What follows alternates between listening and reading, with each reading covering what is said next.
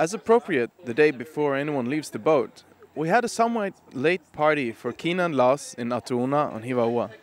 That night, however, none of us slept very well. Incredibly heavy rains pounded our boat constantly till the very morning.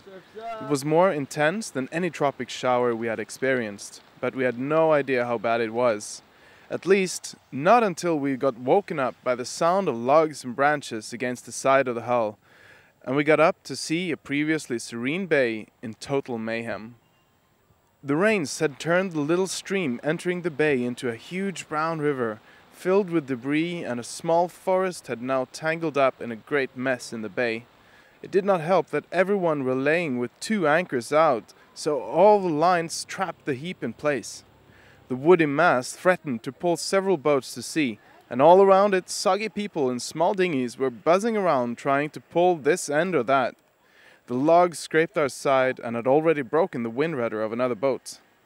After hours of sawing, pushing and pulling on more or less random limbs of the great green monster, we finally managed to jettison the thing to sea and could breathe with relief. We actually encountered it just off the coast the day after as we left the island, still floating around. Later, we learned that the rains had been the worst in 13 years, with approximately 40 centimeters of precipitation in one day. In town, streets and houses had been completely flooded, and every available piece of machinery was busy cleaning up the mess.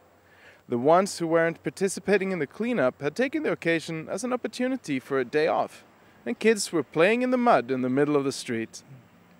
We decided it was time to move on.